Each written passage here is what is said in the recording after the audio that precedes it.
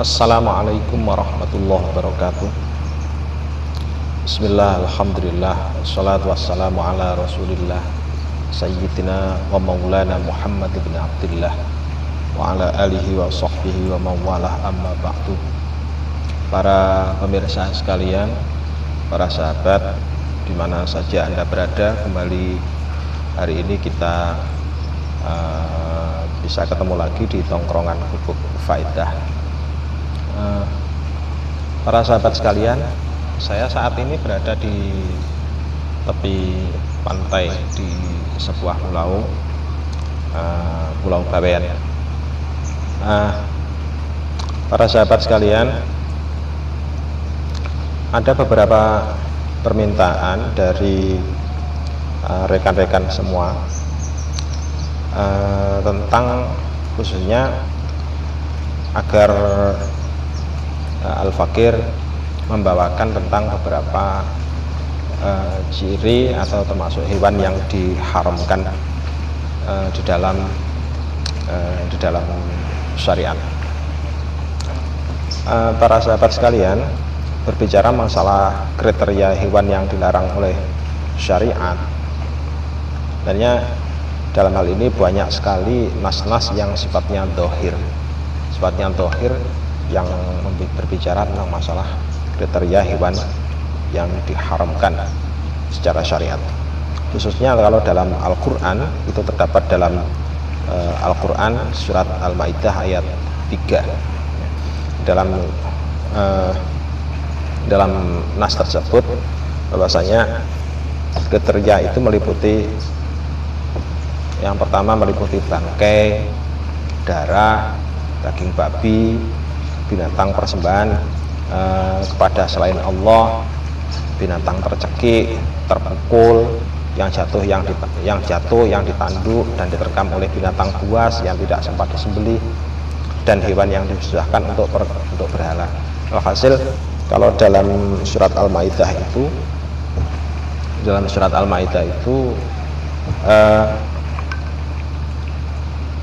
hewan yang memenuhi kriteria misalkan bangkai, darah, daging babi dan seterusnya, itu maka hukumnya sudah pasti langsung haram. Didih itu berarti termasuk haram, kecuali limpa dan atau hati. Limpa atau hati yang meskipun itu dalam banyak hadis disebutkan bahwa yang merupakan darah yang beku, tetapi karena sifatnya atau bentuknya adalah sebagai organ di dalam tubuh, maka hukumnya adalah halal dan mendapatkan pengecualian dari nas. Di dalam hadis terdapat sebuah dhahir nas yang menyatakan bahwasannya suatu ketika Rasulullah Shallallahu Alaihi Wasallam bersabda, akalna zamana Khaybar al-khayla wa khumural wahshi wa nahana an-nabiy sallallahu alaihi wasallam anil khimaril ahli. Dalam hadis ini Rasulullah Shallallahu alaihi wasallam menegaskan bahwasannya saat terjadi perang Khaybar, para sahabat memakan kuda dan keledai liar. Kemudian Rasulullah melarang untuk memakan keledai rumahan, artinya keledai yang sudah dijinakkan. Dengan demikian maka kita bisa menyimpulkan bahwasanya di sini keledai yang sudah dijinakkan itu hukumnya haram disebabkan karena adanya perintah nas. Tetapi untuk keledai yang sifatnya al-wahshi, jadi khumural wahshi, keledai yang sifatnya liar, maka hukumnya adalah halal. Di dalam sebuah hadis yang lain dijelaskan bahwasanya kriteria hewan yang haram itu adalah hewan itu memiliki taring dan cakar tajam. Khususnya untuk cakar ini bila dipakai untuk menyerang mangsanya. Jadi Rasulullah SAW bersabda, kullu dzinabin minasibai fa'akluhu haramun, rawahu Bukhari wa Muslim. Bahwasannya tiap-tiap yang memiliki taring dari hewan galak atau hewan liar, fa'akluhu haram, maka hukum makannya adalah haram. Syekh Ibnu Hajar Al-Asqalani di dalam kitab Fathul Bari mengkiaskan dalam hal ini termasuk buaya itu termasuk hukumnya adalah haram disebabkan karena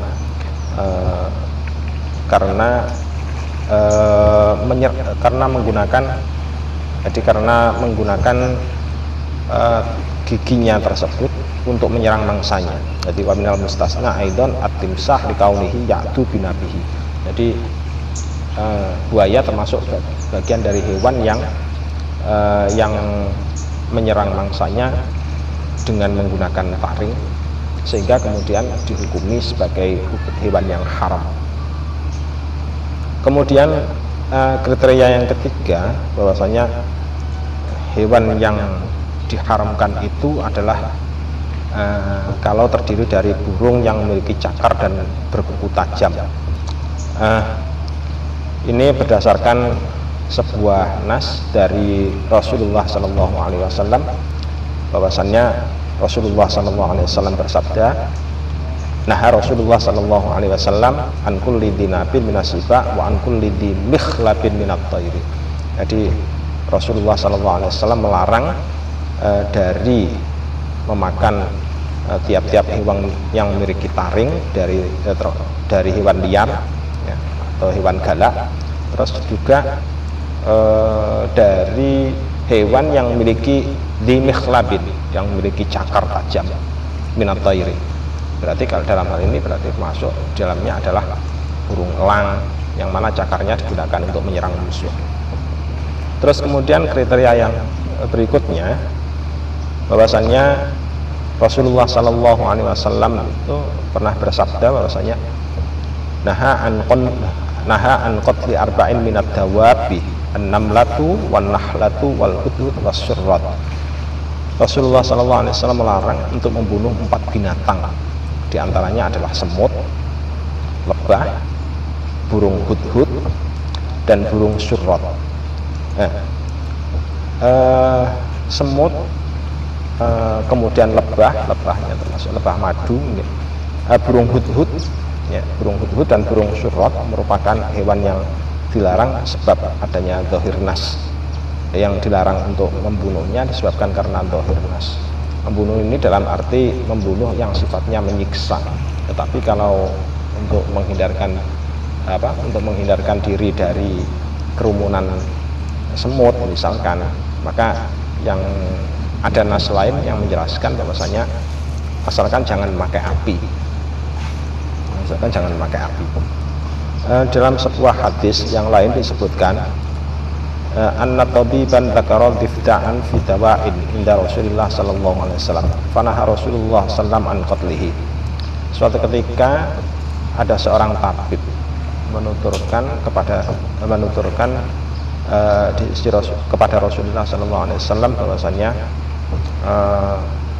katak itu bisa digunakan sebagai obat. Maka dari itu kemudian Rasulullah SAW melarang untuk membunuhnya. Jadi ini larangan membunuh katak disebabkan karena katak memiliki potensi sebagai obat. Ini berarti larangan ini, pengecualian ini merupakan pengecualian yang bersifat dibatasi oleh nas, ya. Artinya bahwasannya kita dilarang untuk memakan katak, dalam hal ini termasuk juga membunuh katak tersebut. Terus kemudian di dalam hadis yang diriwayatkan oleh Imam Al-Baihaqi ada penjelasan yang lebih tegas lagi bahwasanya la taqtulud difda fa inna naqayquha tasbihun wala taqtulul khaffash fa innahu lamma kharraba baitul maqdis qala ya rabbi sallitni alal bahri hatta aghriquhum. Rasulullah sallallahu alaihi wasallam, sahabat Abdullah Sahabat Abdullah bin Amru berkata bahwasannya kita dilarang untuk membunuh katak.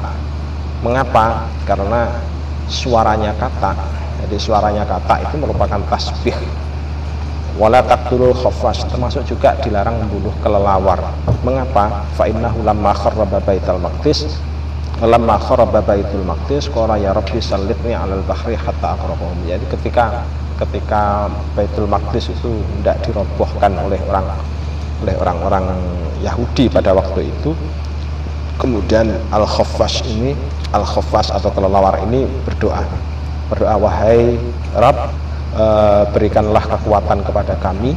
Jadi berikanlah kekuatan kepada kami untuk menguasai lautan sehingga aku bisa menenggelamkan mereka yang hendak merobohkan Baitul Maqdis. Ini termasuk Al-Khaffas, larangan untuk membunuh kelelawar. Kalau ada larangan untuk membunuhnya, ini berarti larangan juga untuk mengkonsumsinya. Nah, terus kemudian dalam hadis yang lain ada binatang yang diperintahkan untuk membunuh.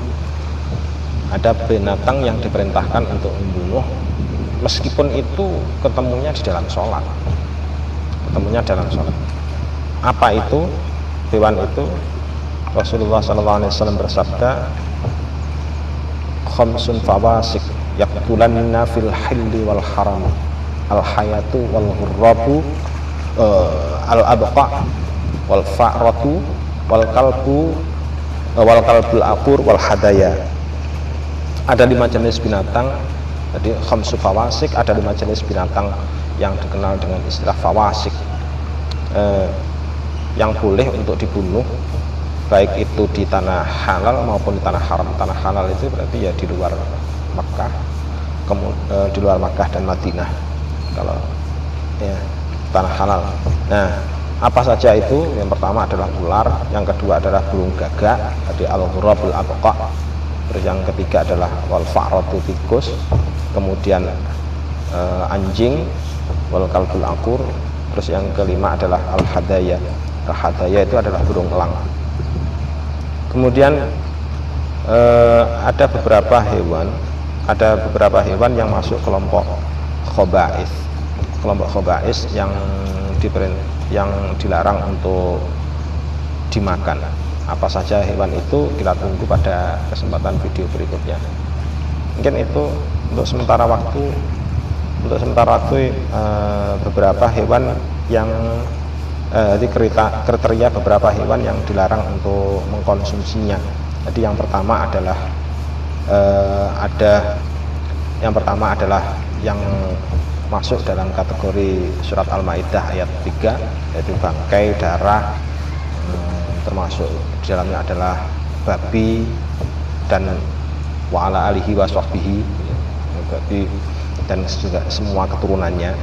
Terus termasuk binatang yang disembelih untuk dipersembahkan selain Allah, binatang tercekik, terpukul, dan seterusnya. Anda bisa membaca sendiri dari surat Al-Maidah ayat 3. Terus kemudian binatang keledai rumahan, ya, keledai rumahan itu disebabkan karena ada dalil nas yang melarang. Terus kemudian binatang yang bertaring dan bercakar, kemudian ini bahkan dikuatkan oleh beberapa hadis, termasuk di dalamnya adalah burung yang memiliki cakar yang digunakan untuk menyerang musuh.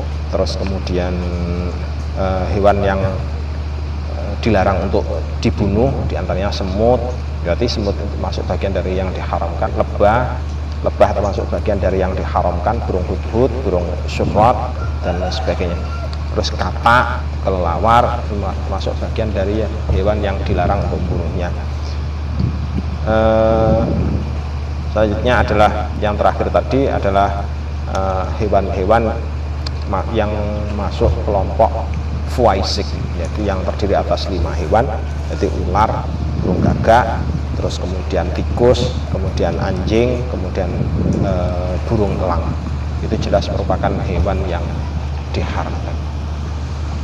Sementara untuk hewan-hewan yang lain yang sekira memiliki ciri-ciri seperti tersebut, jadi yang bisa dikiaskan dengan fisik hewan yang sudah kita sebutkan tadi, maka hukumnya juga termasuk haram disebabkan karena ciri khasnya, karena ilat yang sudah ditetapkan Nas.